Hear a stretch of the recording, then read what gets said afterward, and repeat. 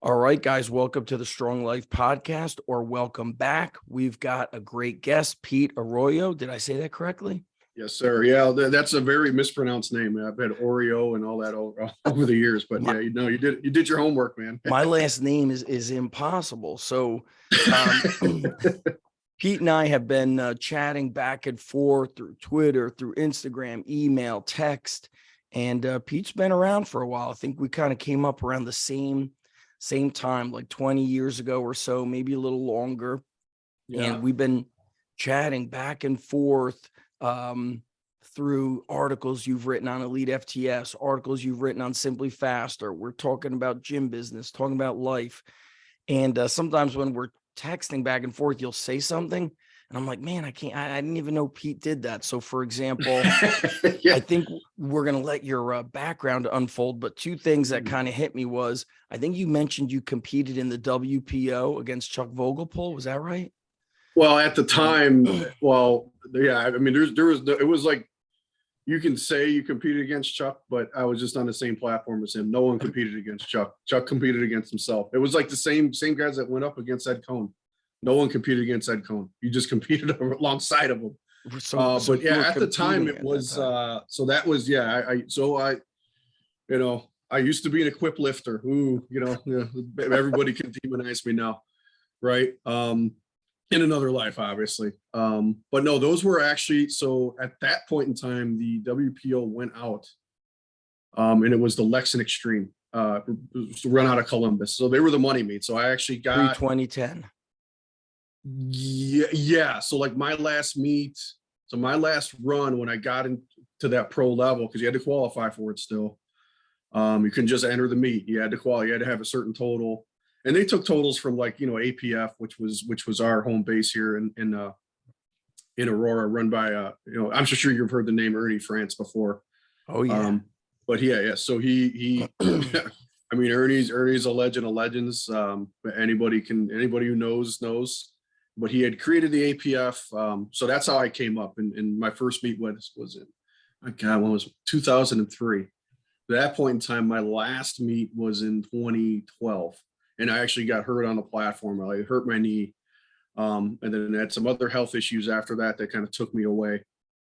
But yeah, that one, I mean, my God, that meet was, I mean, Chuck was there, Evgen Yerenbash, Henry Thomason, seeing all these big benchers. I mean, I remember one meet, it was a UPA meet, so a different federation, but I saw Mark Bell bench 854, Ryan Kennelly bench 1100. Rob Leondo, who was an Illinois guy, bench 900. It was just nuts. And then we had our crazy gym with Matt Manuth benching 900. Jose Garcia squatting 11. It's just crazy. Some of the names, I know a lot of those names because I was at the 2007 WPO at the Arnold. Okay. And maybe it was 2000. Yep, it was 2007. And, when you mentioned Mark Bell competing, most people don't know his, early life as a super heavyweight. No, I saw him at 330. Yeah, 330 pounds. I think he weighed in at that meet. And he had I actually talked with him after. I was like, what kind of shirt do you have? And he's just like, just a single ply Titan. And everybody else has got these multi-plies. And the guys just still grinding out. It was like a 30-second bench press. It must have been. It went on forever. But it just 854. And then the funny story, he probably won't remember at this point because he's so big at this point, but I was doing the full meet. He was doing the bench only, but he had his super training crew out there and he was coaching his other lifters on the following day. So like Kara Weston was competing, a few, maybe a couple of others that I'm forgetting right now. But anyways, I'd like come off and try to get my deadlift suit off. And he goes, "You need some help?" I go, "Yeah, if you don't mind." And he just kind of like does does both hands and just kind of leans his body, and he almost got a face full of my tighty whities, but it was pretty funny. I was like, "Oh, thanks, Mark." And I'm sitting there like in my underwear with my deadlift suits off. He was so that stuff was. He was such a diehard power lifter. It was really cool. So yeah, those early powerlifting days, sometimes we're talking and you'll be like, "Yeah, I was competing at this time," and I'm like, "Damn, that's early days." And I'm sure the guys before us would be saying, like Ed Cohn was like, no, when I was doing it early days, or Ernie France, that was early days. And then you mentioned something that I didn't know was Travis Mash lived with you for 6 months. So where were you? Were you in Illinois? Were you in Colorado?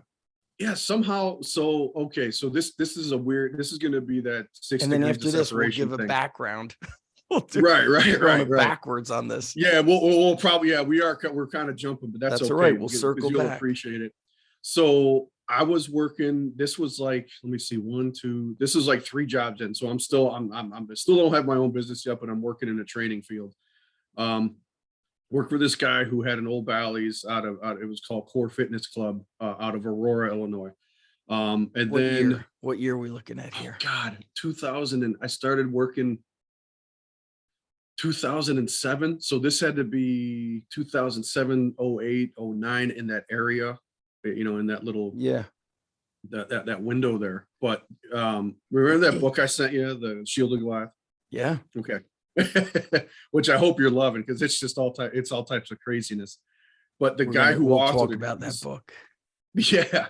He's since passed away, but he was working he was actually one of my clients. I would go see him. He lived off of a house on a golf course in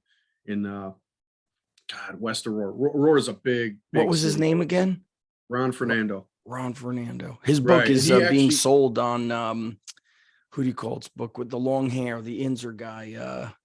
His book is still being sold on Ricky Dale Crane's website. Oh no! Oh yeah! Wow, my bad. I think I saw it for sale on Powerlifting USA website or something. Yeah, I saw it there recent. Yeah, he had gone through and obviously Powerlifting USA is no more, but he was selling it through Mike Lambert and them for years, at that time, because he authored some articles as well.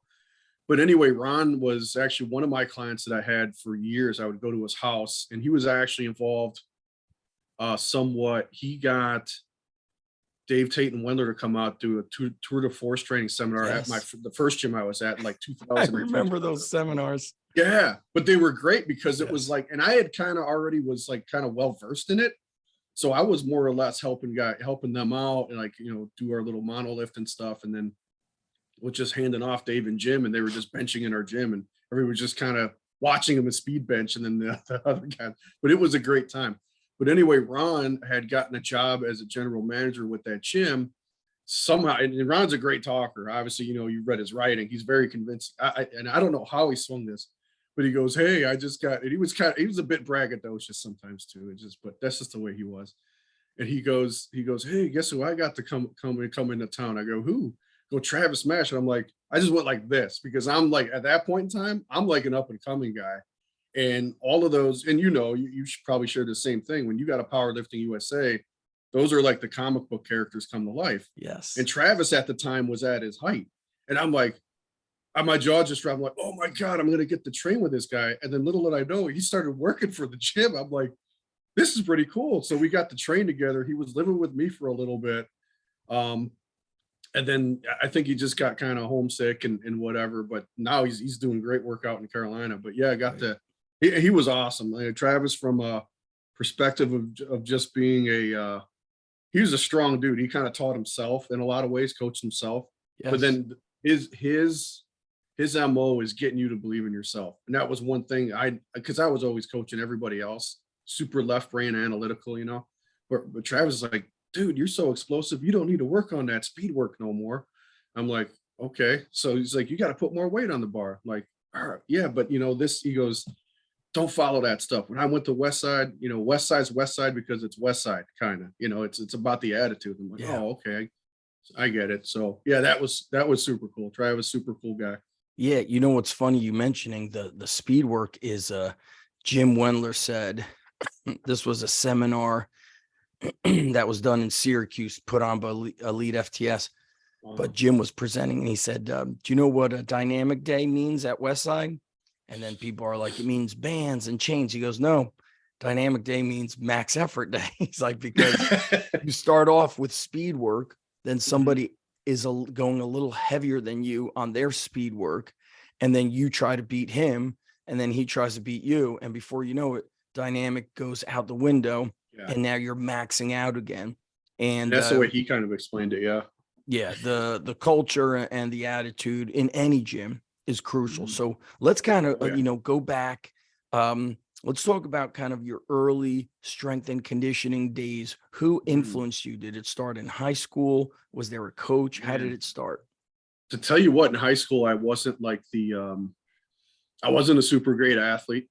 I participated in everything, but I was an ultra hard worker. I worked hard. So what really influenced, I was big into baseball. So I know your son's big into baseball, but I was a Yes. big, I knew all the stats, this guy, big fans of like Tony Gwynn, those types of dudes who were like, kind of slobs, but they were, students of the game. So that was kind of like, well, because I was a chunky kid growing up and I was just like, oh, crap, well, whatever.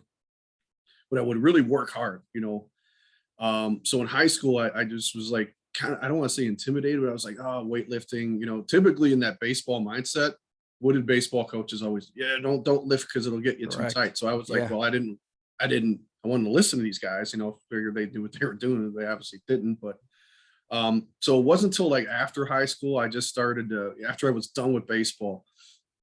I remember it was a friend in college, and we're coming up with all the, we're looking at all the bodybuilding magazines and stuff. And I'm thinking like, wow, that's pretty cool. So I'll kind of start training that. Well, this particular friend, and actually he was a guy who was a teenage record holder at Francis Gym as a lifter.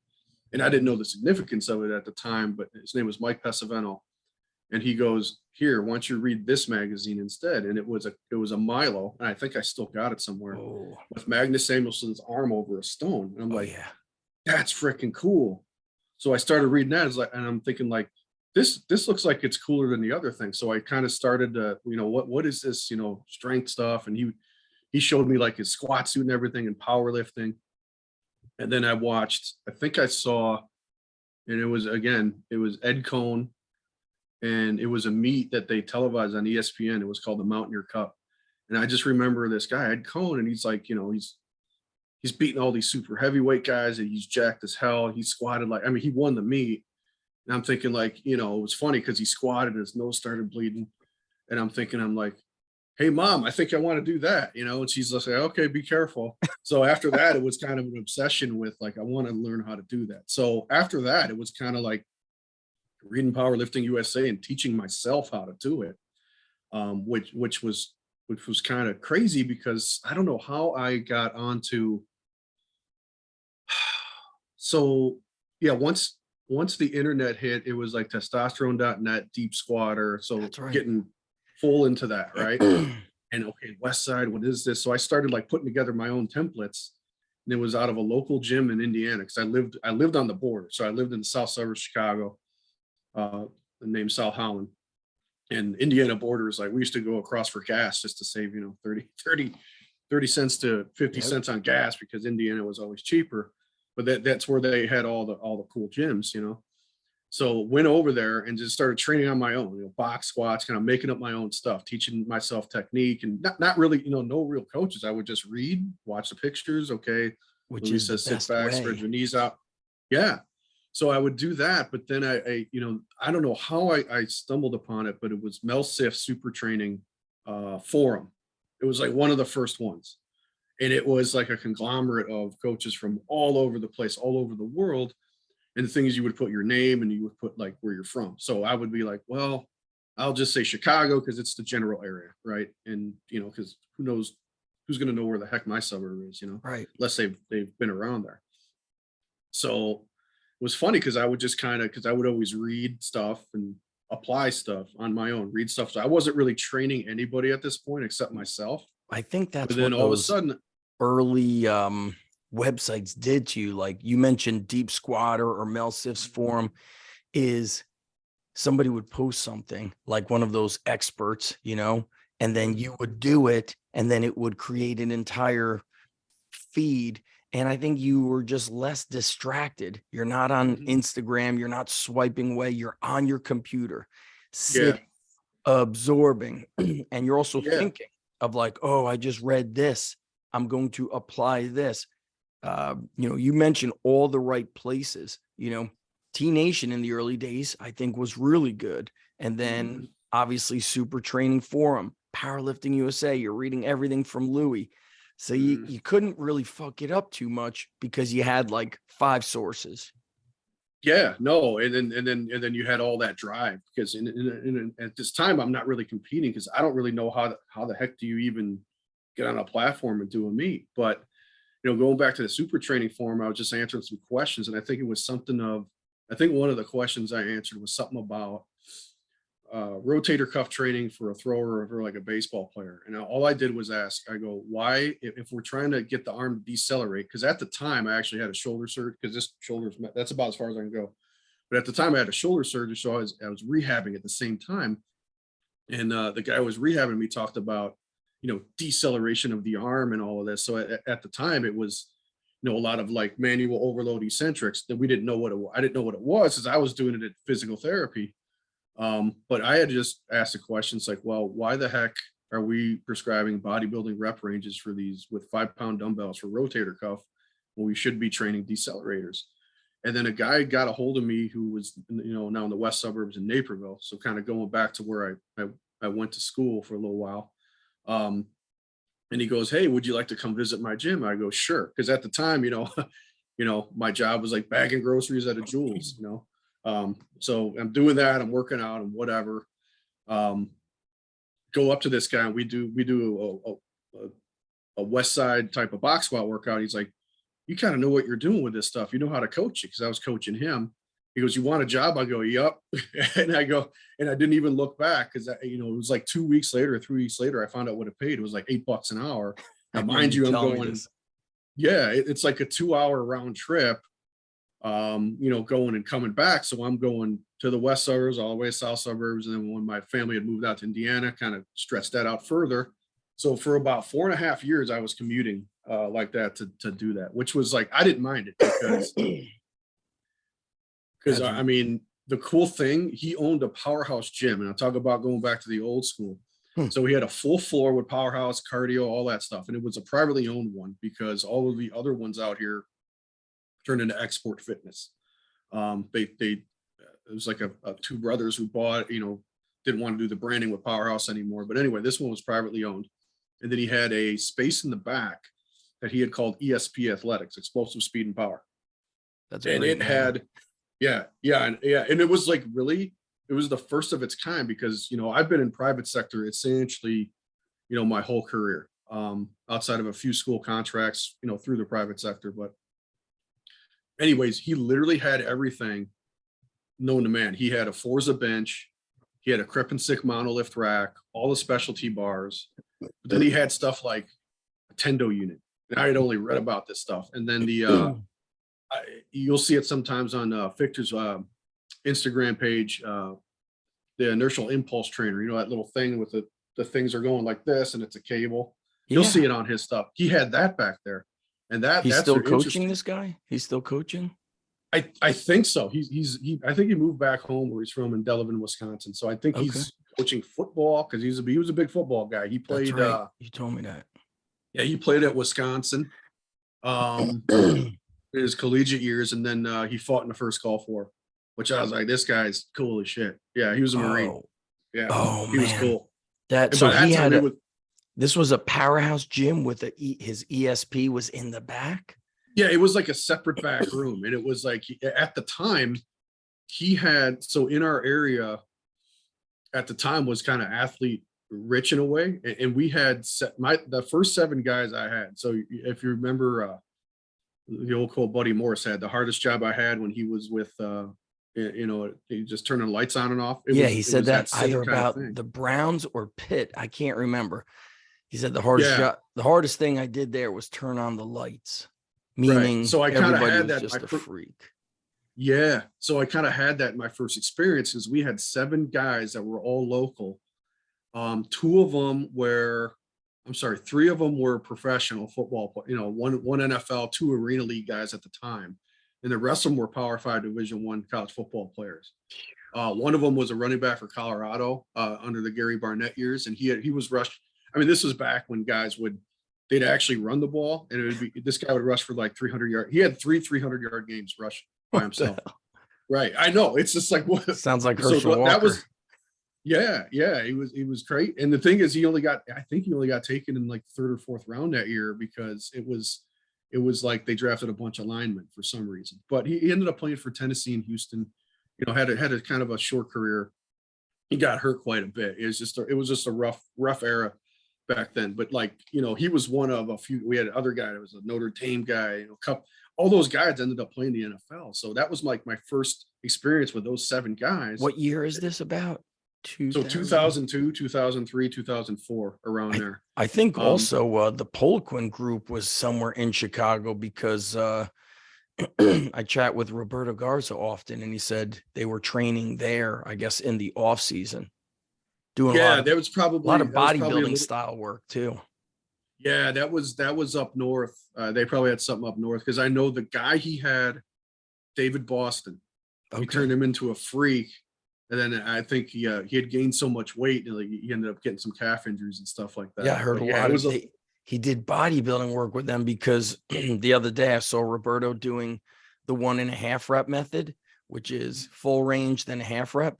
And I'm like, oh, I remember reading about that in Arnold's encyclopedia. Like he would do it in benching and squatting. And so it's Poliquin would do bodybuilding work with athletes and they would get too big.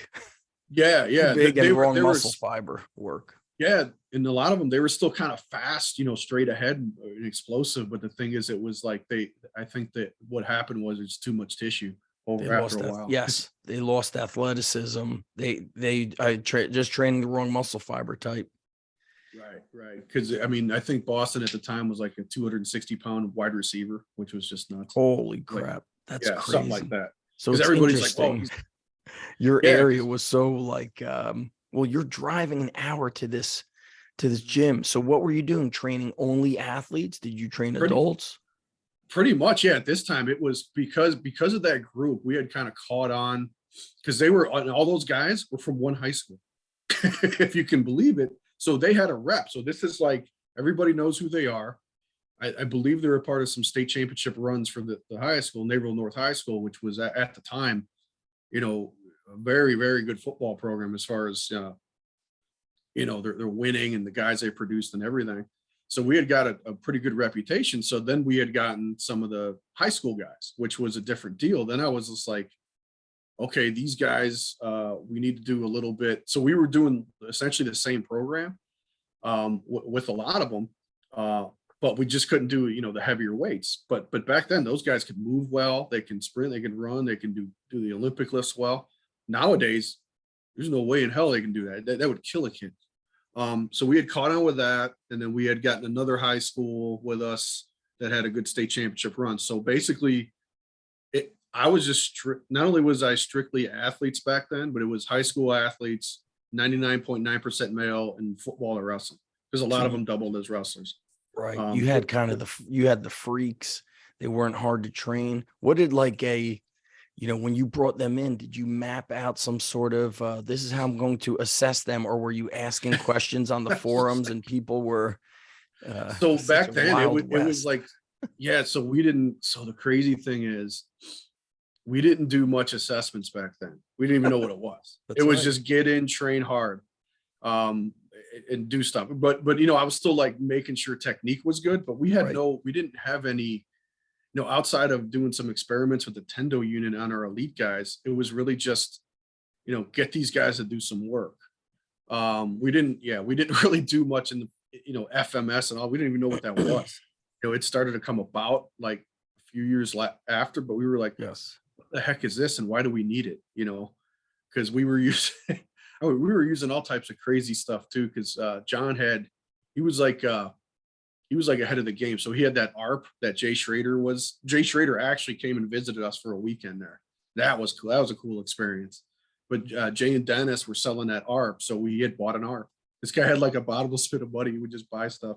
So you mentioned a lot of names that people won't know. So Jay Schrader, that's right. You and I, now it's like coming to me. You shared with me I had purchased it on VHS back in the day, which was Jay Schrader, whatever his name is, Freak of Strength with Adam Archuleta. Yep. And so ironically, I was just talking with my buddy, Craig Fitzgerald, who's with the Giants now. He was Okay. interning at Arizona when Archuleta was a player there. And he said Archuleta would go away and train with, where did Jay live? In Hawaii or California? No. He was in Arizona. Oh, He was that's in that area. okay. Yeah. So he would go and train with Jay and do all that crazy stuff. And then he said Archuleta would come to the team lifts only when it was mandatory, but he wouldn't wear like Arizona gear. You know, he didn't follow the rules. Yeah. He'd be like, Fitz, you know, these workouts suck. You know, let's say they're like benching and cleaning, and he didn't want to listen to anybody. Right. And it's funny, he's like, this is now what everybody deals with. Back then, Yeah. you got like 1 in 100 have a private coach. Today, every coach who's in a, you know, a major setting, I'm in a school, I'm in a college, you have a kid who's, oh, I saw so-and-so on Instagram, you know, I'm following that program. And it's interesting what gets people to like fall into it. So let me back up on this a little bit, Pete. So when you were training these guys out of this back place inside the Powerhouse gym, there weren't too many private strength coaches. You know, even Joe DeFranco may not have started by then. Ferrugia, you know, nobody was really writing articles about it. Dwayne Carlisle, you know, had his place, I think, in South Jersey or like outside of Philly, but nobody was really writing articles yet. So what were you doing? Were you sharing the workouts on like the Super Training Forum and getting feedback? How did you get feedback? Not really, because there wasn't really, I mean, given all the commute and everything, I didn't really have, we didn't have like, I didn't have any internet access at the gym. So it was just like, you couldn't really share. By the time I got home, I go to bed, wake up, because there would be times when, you know, obviously I would, well, you asked if I did any more work at the gym. It's like, well, I did. So I had trained athletes for certain hours or spotty hours, but, or we had our blocked hours, but then I would open the gym, I would close the gym, the juice bar. I would sometimes clean stuff up, you know, check in people. So sometimes I was just working the front desk as a normal gym employee. So, you know, $8 an hour, I got to make up hours somewhere. But yeah, so I was doing all that. So there was really like no time to really share it other than, I mean, I guess amongst ourselves or amongst other, you know, really, I didn't really know any local coaches at the time because no one was really doing that kind of training. It was all personal training, bodybuilding oriented stuff. That's and like, right. no one really understood what we were doing. You know, it was football different. coach and the wrestling coach visit you. You know, you're mentioning the big name We- coaches coming out. What about the sport coaches of these kids? Did they visit you? One guy did. It was the defensive coordinator. He's the head coach at that high school now. He was nice enough to come out and he supported us after that. But essentially, no, we didn't get too many. What did he say? I mean, they didn't when he saw they you didn't guys really training. Yeah, they didn't really. I guess they didn't really care as long as their kids were doing good. You know, you know. But yeah, the one guy's, oh, you guys do, you know, his name is Sean Drendel, but he came out, oh, you guys are doing really good stuff here, and he would support us. So we would get all the defensive players. You know, very rarely did we have an offensive guy with that high school. When we got the Wheaton Warrenville South team, the entire team come in, and it was just only for a few weeks in the summertime, or maybe it was a couple of months, but their coaching staff would actually assist us a little bit because we didn't have a whole lot of equipment. So we would kind of go station to station with stuff, and then they would do on the field stuff. I was strictly strength guy, which I still am known as a strength guy. You know, Right. People don't which understand. is so specialized now. People don't understand how you can manipulate tempos and utilize isometrics and pauses to improve, you know, change of direction. So what about, you know, you mentioned doing like cleans. Who taught you how to do cleans? Oh, Because man, back this one's then, to find bumper plates, you were viewed as God. I actually remember in 2003, I helped Mike Mahler. Do you remember Mike Mahler, kettlebell guy? He was a kettlebell guy, right? Kettlebell guy. He was coming out to do a kettlebell seminar in New Jersey or New York, in Manhattan. His location somehow got canceled. So he sends out a newsletter. Hey, who could help me find a location? So I had been to a place that basically rented space to martial artists. It was called Fight House. So I helped him secure the space, and you know who was going to do the seminar with him was Christian Thibodeau, and Oh, Christian wow. was going to do Olympic Weightlifting. lifting. And I Yeah, was that was like, oh back my. before he looked like $1 million. Yep. And I was like, oh my God, I'm going to learn Olympic lifting. And there was no videos of it that you No. could find. In fact, there was no YouTube. So people would like stream the videos through Right. their website. And then anytime somebody played your video, you got Mhm. charged for it. So like Jim Jones, early days. But long story short, Christian Thibodeau did not show up.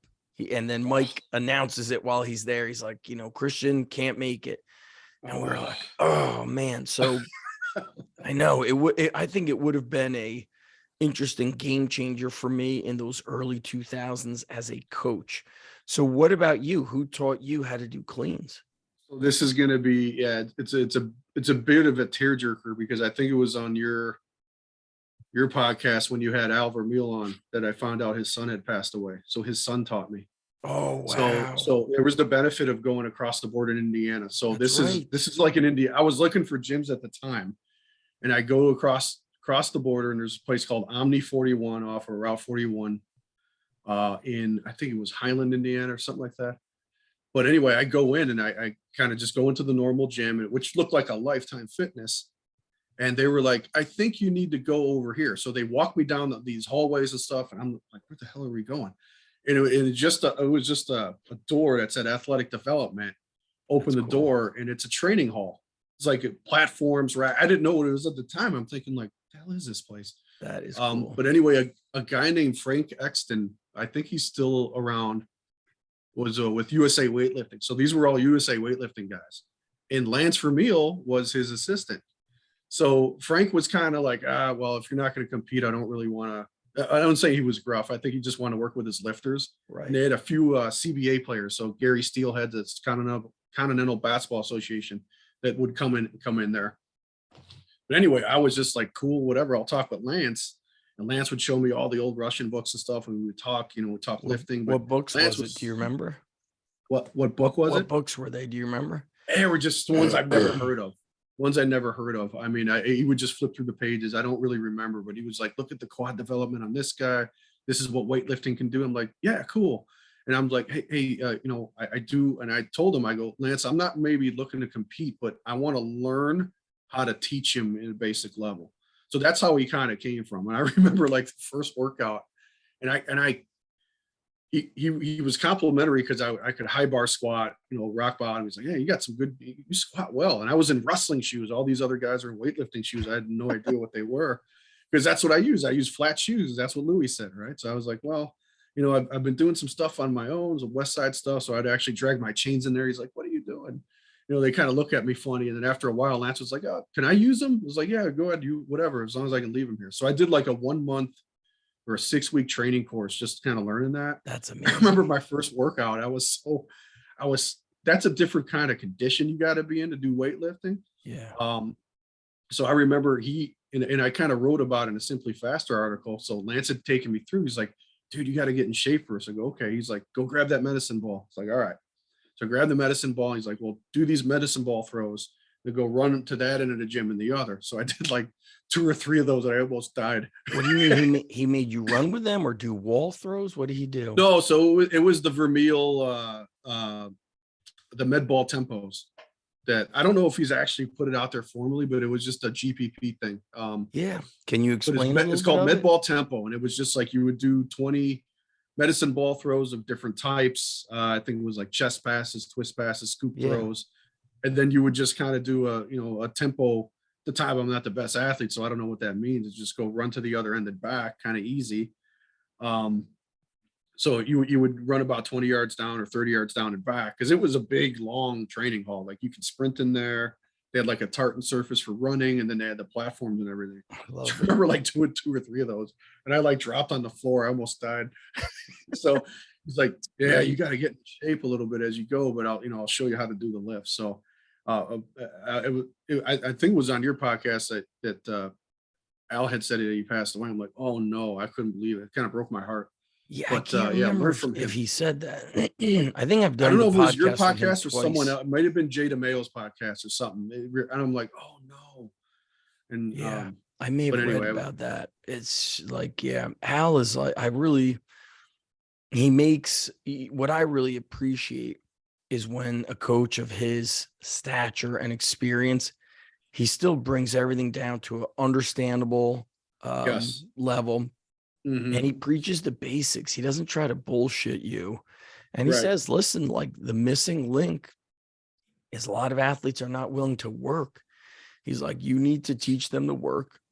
Mhm. And then they have to get great at their sport. We're in such a Right. strange place. You could tell he's frustrated with how everybody's trying to like fancify training. And he's like, Mhm. that doesn't work. That's all. Yeah.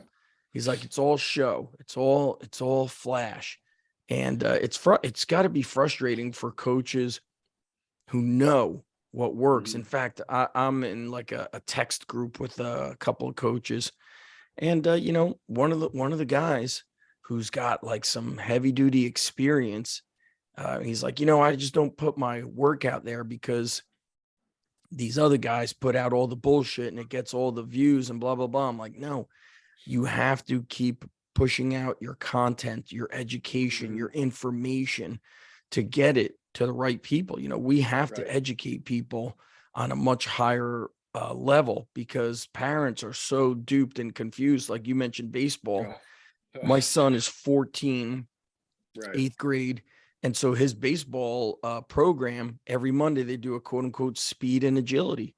And so I posted on Twitter the other day, like, why are sport clubs pushing speed and agility when athletes are tearing ACLs, tearing Yep. UCLs, They're injuring, fragile. fracturing their backs?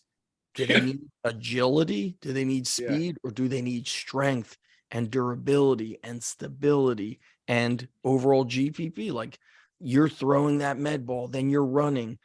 That's, of course, what's so much missing.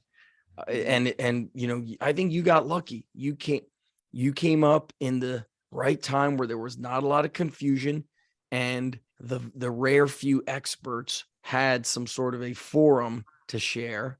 And I think they were also like pretty cutthroat. Like Deep Squatter was Mhm. very cutthroat. Oh yeah. The forum. So funny Right. to hear that stuff. So how many years were you coaching at that place in the back of the powerhouse? So that one lasted from '02 to, I want to say, oh, so 2002 to about 2005, and then they had merged with another gym that was kind of a foo-foo gym, and then our let's just put it this way, our Pete, members and their hold on one members. second. Yeah, yeah, This no is, problem. and I don't cut this out. Yes, I'm on a podcast. Aren't you going to tennis? The girl pulled out the moment I got into Caroline's car. Okay. She said Summer's opponent is injured today. She gets a bye to the next round, no match. So I don't play till tomorrow, Okay. 4:30. Okay, great. Such BS. All right, love you. Is that your So, daughter, the tennis player? yeah, so we were supposed to travel. Man. We probably had she played what's today? Wednesday. She played Monday. Was supposed to play today, which was a little bit over an hour away, way up in North Jersey. So what's interesting is like I like to be very transparent with like how things go on. So like this morning, I wake up, I drop off some LED lights at my gym. I'm getting like more lights at my gym. Mhm. I come back. I'm like, all right, I'm gonna make bacon for the kids, and then Nice. I'll be down here doing a podcast with Pete, and then maybe the kids will, I don't know if they sleep in, they'll make themselves eggs. My wife comes downstairs and she's like, we haven't had pancakes in a while. You should make pancakes. I'm like, I have to, like, I want to be prepared for this podcast. So I joke with the family. I'm like, I'm going downstairs to do fake work because they don't care if you're Yeah. working. They just, it's like, it's so funny. So, you mentioned Mark Bell. I remember years ago. So in my office, I don't know why I have like French doors. So many years ago, probably 10 years ago, my son was like crazy with Nerf guns, and he had, I mean, there must have been 30 Nerf guns in the house, bullets and everywhere. So I'm podcasting, and then I see the French doors open, and I see my son and daughter like peek through, and then they're boy. crawling slowly through. And then all of a sudden I start getting shot with Nerf guns. And like, he had like Nerf bullets that were the size of like half a hot dog,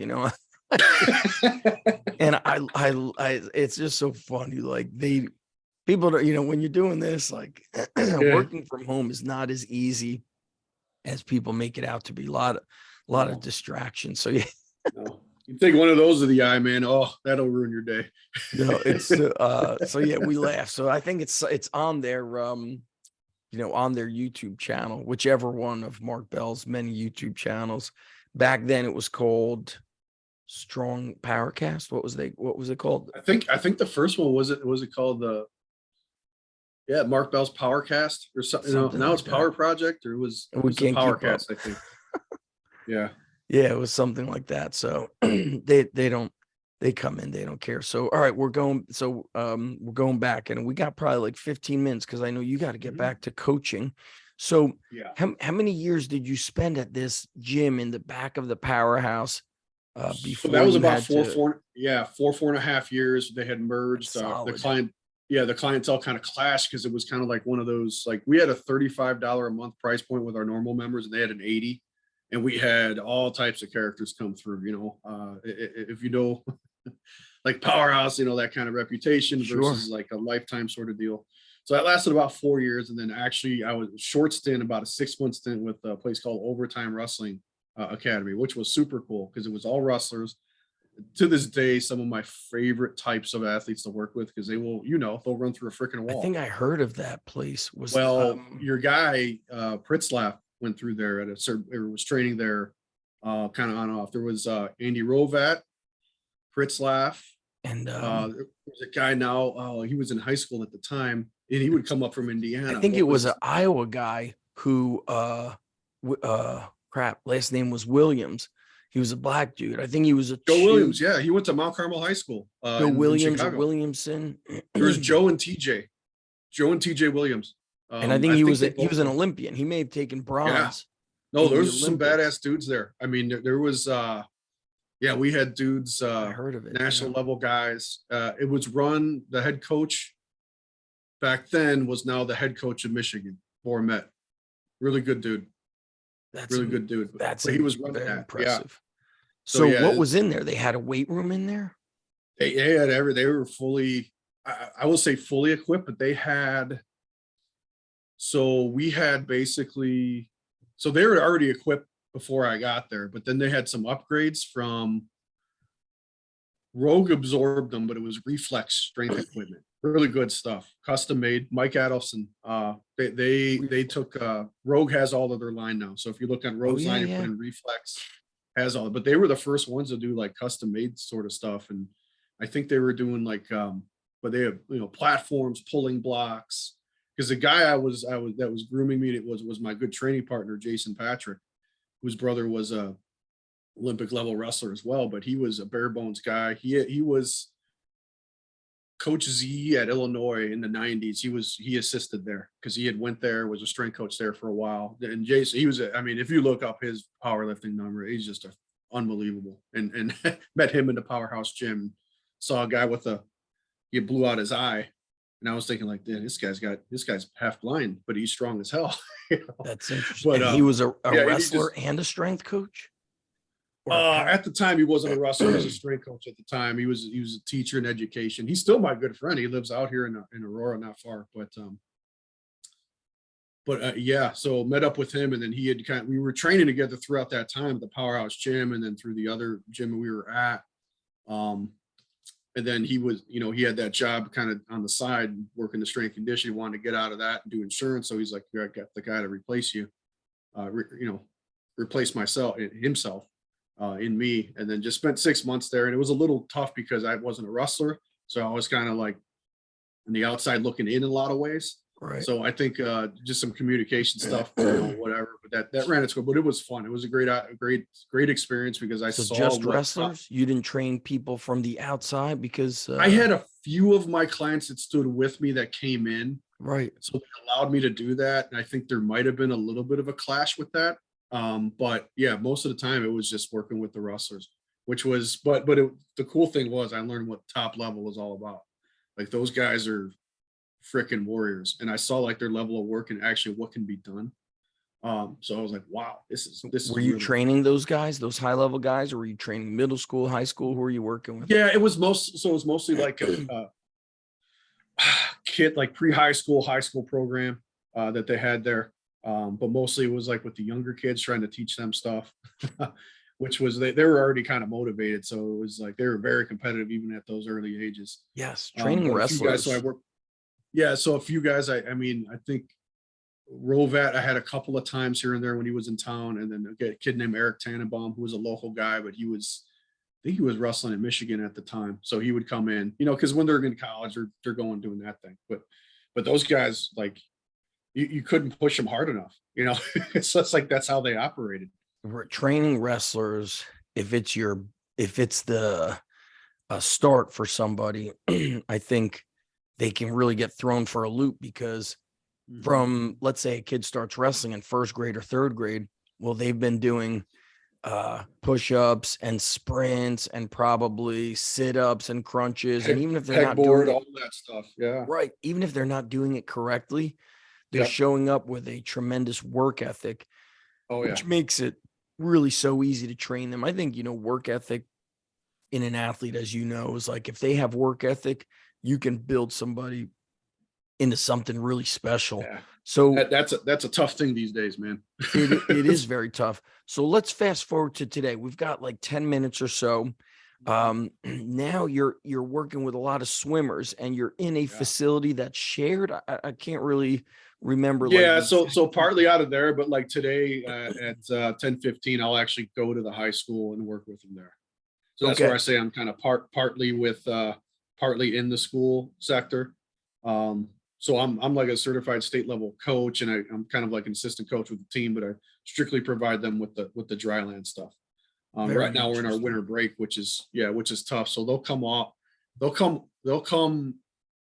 down at 10:15 after a 3-hour practice this morning, and then they'll do another 2.5 after, which is just nuts. the swimmers I've trained have always put on muscle extremely fast. And I think there's a couple things. Number one, water is resistance. It is resistance training, high repetition work, or Oh yeah. if they're doing distance work, or if they're a sprinter, it's repeated bouts of power, which is volume, which builds muscle. Right. And then I think being in the water, even though it's indoors, the water is a little bit cold. It does something to stimulate the appetite and the metabolism.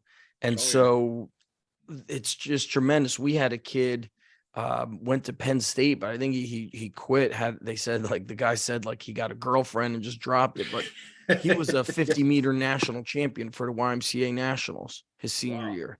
And we had to train him once a week because he was just putting on too much muscle. I mean, that's such a great problem to have, but started 3 days a week. Then we went to 2, then we went to 1. He was too damn big. Like we couldn't. Don't sink because they need a little bit of body fat to stay buoyant over the top of the water. He was just massive, but he was killing people, and it would have been great to see him continue through college. And then we have some D3 swimmers that we train, and a brother and sister, and they're amazing. They're strong, they're fit, they're tough, disciplined. My kind of like an early friend / mentor of mine said what prepped him for becoming a Navy SEAL was those early elementary school days of jumping in the water, even in Florida. He's like, the water's cold. He's like, it got me tough. It got me used to cold water. So who else are you training outside of swimmers? Anybody else? Yeah. So, it's like in the private sector, you know how it goes. It's like a smattering of this and that. So yeah, it's crazy because remember when I said it was 99.9% male football wrestling? For a while, it became like 95% female, swimming, cheerleading, everything else, which was crazy to see how things went. So for a while there, the females were really strong. But yeah, I got soccer, baseball right now, which they're still practicing, which is nuts to me. It's like there's snow outside on the ground. What do we have? We put the mitts in the garage for a while. Yep. We just need to be developing bodies here. A couple of football guys, Although some of the football guys, it's like they do stuff at school as well. So I try not to, It's it's very hard to hard. program that because it's like Correct. everybody seems to be doing the same stuff. Now, I can't account for like what's being taught or what their loading is. So I try to do what they don't do. So it's usually like sprint stuff. I hate to say like, speed oriented work. I'm not really a true speed guy, but we do sprint.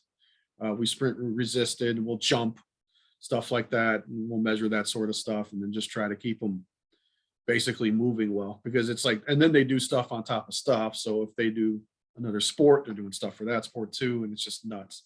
Have you? But yeah, I have it also, kind of a kick-ass adult group, which is awesome. So I kind of do very similar stuff, but within their bandwidth. Some of them have movement issues, have had injuries,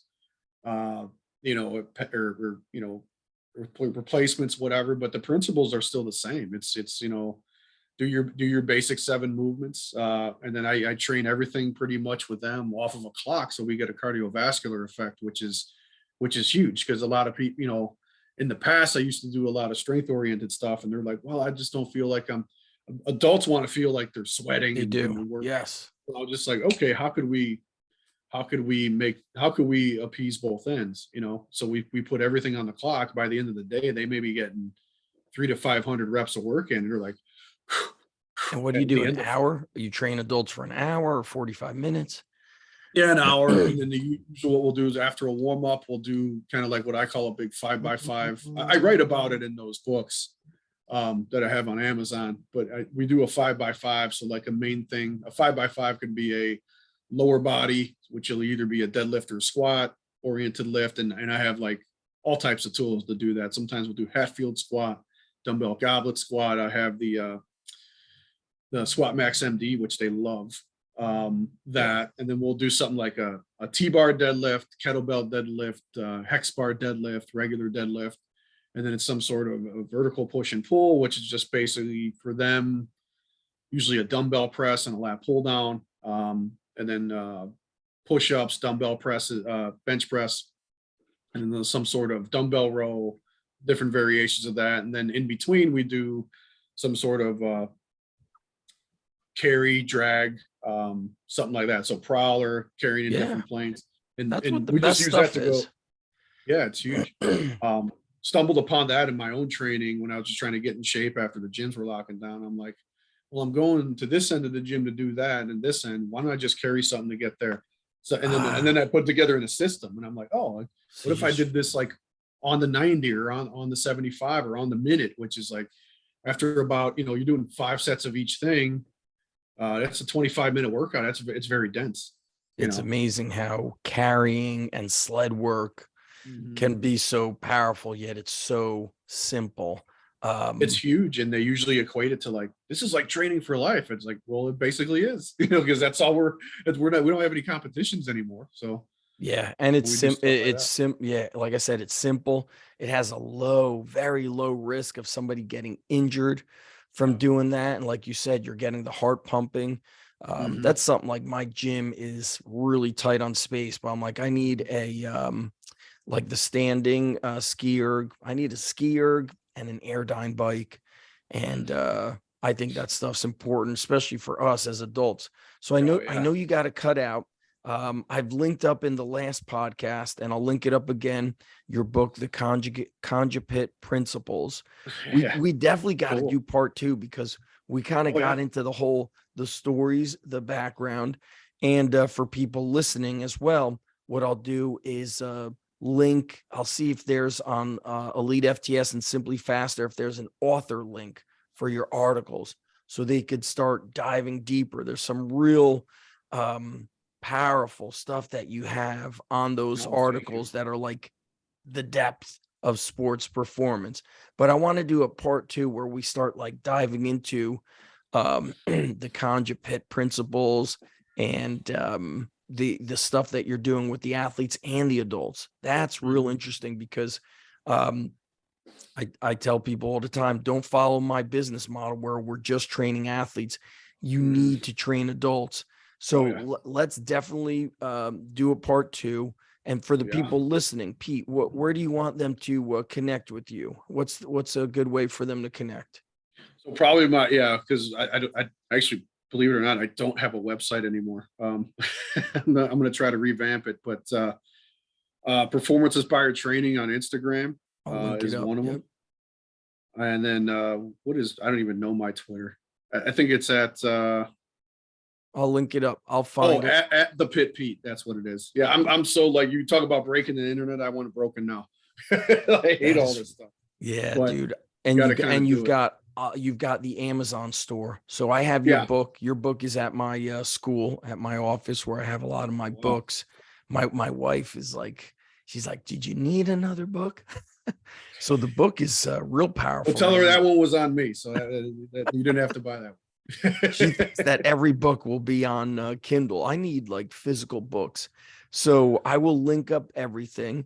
And I think like the message I'm getting here, right? Super important is, man, you were immersed in training, learning, lifting yourself. You Yes. coached your face off to the point where you didn't even have time to really engage with others. So you were learning on the Yeah. floor, which I think is so important. You want to coach. I think in the early years, you should coach yourself into exhaustion. People may not agree with that, Yes. but I look back when I was commuting to Lehigh, I'd coach 3 groups, then I would coach 5 groups at my underground. So I was coaching 8 hours and driving like just shy of 4 hours in a day. But it was like, okay, this worked during this group. This didn't work. Let me fix it. Let me push myself to have as much energy at 7 p.m. as I did with the 3 o'clock group. All those things is like the blend of learning and mindset as a coach. You have to coach like that. So I love that you were commuting, getting paid so minimal, training, your coaching Yeah. your face off in the back of that powerhouse gym. Yeah. Those That- are, I mean, that's if that job was still there, I'd still be there. I loved it that much. And That it is didn't matter missing what. today. That kind of Yeah. work ethic and the immersion is missing. That being said, I'm going to post on my Instagram that we're going to have a winter internship program, and we're struggling with getting interns. They want to Yeah, get that's the paid. thing. It was like, man, They want to get paid, and just they don't know. want to. They Yeah, don't want to. They don't want to do it. Like, I didn't even ask when John had offered me the job. I just said yes. I didn't ask what it paid for. I was like, I get to be here because Yes. it was either that or flip burgers at McDonald's for the same price or less. And I'm thinking like, yeah, I don't care. $8, cool. I'll do it. I'll make it work. I I'll work would have side done jobs. that in a millisecond. And I think Yeah. obviously all of that coaching you did and training and all the coaches who visited you, it like set you up for this where you are now. Oh man. Yeah. Looking back, it was like, Dave Tate, Jim Wendler, Schroeder, bumped into Louis here and there, Vermeil, oh my God. I couldn't, looking back, it's like, no one could have had it better, and it wasn't like in this sterile academics, not that I have anything against the sterile academic setting where you're sitting looking at a book and not doing anything. For me, it was like, this, like you talk about this internship, really, it should be an apprenticeship. And I think strength and conditioning especially should go by the way of a trade school almost, because you only need so much freaking book knowledge before, like, look, how do you apply this in the real world? Because a lot of that, all of this perfection that these books have, and I'm an avid reader as are you, but these technical models, a lot of them go out the window, man. I mean, when you're dealing with different demographics, different personalities, injuries, doing all this, so you can have all of this. It's like the Tyson quote, right? Everybody's got a plan till they get punched in the face. Well, every single day you get punched in the face somehow, and you got to change things up. Like today, that. I'll go back. I know these swimmers are going to be 3 hours of swimming. Where are their attitude? How are they going to be coming into the room? Are they going to just want to let loose and have fun? Are they going to be tired as hell? I don't know that till I get. So my plan that I have, I'm going to have to make an adjustment on somehow at some point. Either cut the volume. I'll say, do 3 less reps with everything, or hey man, let it go, have fun, put some weight on the bar, because ultimately I'm just there to provide that medium for them, because with swimmers, one thing that dawned on me, they told me, it's like, all we do is stare at the black line all day. We don't get a chance to talk to our teammates. And I'm thinking like, oh, that's what this is. It's a bit of a social hour, but at the same time, it's like, you get to help each other do stuff, because in the pool they're just going back and forth. I never even, They don't talk it's trash, like different sports, right, dude. That's interesting. Like in that scenario, I would say, hey, yeah, these kids can talk. Whereas you could be with another group and it's like, yo, you guys are talking so You guys need to much. shut up, right? Yeah, you're It's not like, getting any work done. And yeah, I've heard some of the swimmers tell me like I'm in the water and I think of nothing. And then another one will say, I think of everything. I'm in the water. I'm thinking about my homework. I'm thinking about my dad. Like, I'm like, really? They're like, yeah, yeah, that's some of how. them can't. Yeah, and it stems from that endurance world, like the marathoners, same way. It's unto themselves. It's in their own world, but they can tune in or they can tune out. So, and it just depends on the personality. In the weight room, it's different because they're all there and they're kind of not used to that environment, right? Outside of the minutes in the locker room spent putting their bathing suits on and all that stuff, Yeah, or their it's a swimsuits rather. very lonely Yes, lonely sport, but so tough. So I know you it got to is. run. I will link up everybody. So everybody listening, I'll link up Pete's Amazon, the Simply Faster articles, Elite FTS articles, his social channels, and you guys can kind of dig deeper into Pete Arroyo's work. And then we will definitely have to schedule a part 2. And then you and I Yeah, will continue especially our, during this break time for you and I, man. We yeah, probably have plenty of time, right? I don't have too much time. Oh, really? Oh, wow. I thought you were okay. It's like this That's cool. constant runaround. Like today, I was supposed to Dad be life. driving up to North Jersey, like close to New York City. So that would have taken up a lot of time. And I just finished my book, Iron Journeys. And so now we Oh, have to cool. get it formatted and Mhm. get Can't wait for get that one. ready. My goal is by the end of January, put it on Amazon. But man, it took me a long time to write that book. And I got a little extra inspiration from your buddy Ron Fernando, the late Ron Oh, cool. Fernando, because his book, like as he's telling stories, he's dropping names of powerlifters that a lot of people don't know. So like Yeah. as I'm writing the book, it'll say stuff like hey, we built this, John Smith built this, Uncle Tony built this squat rack because he read an article in the 80s by somebody named Marty Gallagher about how to put together the platform. That's So super cool. yeah, so That's super cool. I drop names in there, or my legs were killing me. So Keith had me roll out my quads with the sleeve of a barbell. And Keith told me he learned it from some guy named Super D at a powerlifting meet in the early 90s. So You got to call him Super D. You can't call him his Donnie regular name. It's Thompson, yeah. Super D. So there's some like I just kind of like randomly drop names, and I reading That's Ron's great. book, The Shield, it's called The Shield of Goliath, right? Shield of Goliath. That's a sweet title, though. That's pretty It sweet. is such like an awesome title. And so as I started reading it, my creativity expanded. But we could go on and on. I know you got to run. I want to thank everybody for listening, for watching. Please share, leave a 5-star review, and check out Pete's resources linked below. And Pete, hang tight as I shut this down. Absolutely. Hold on one second. Stop recording.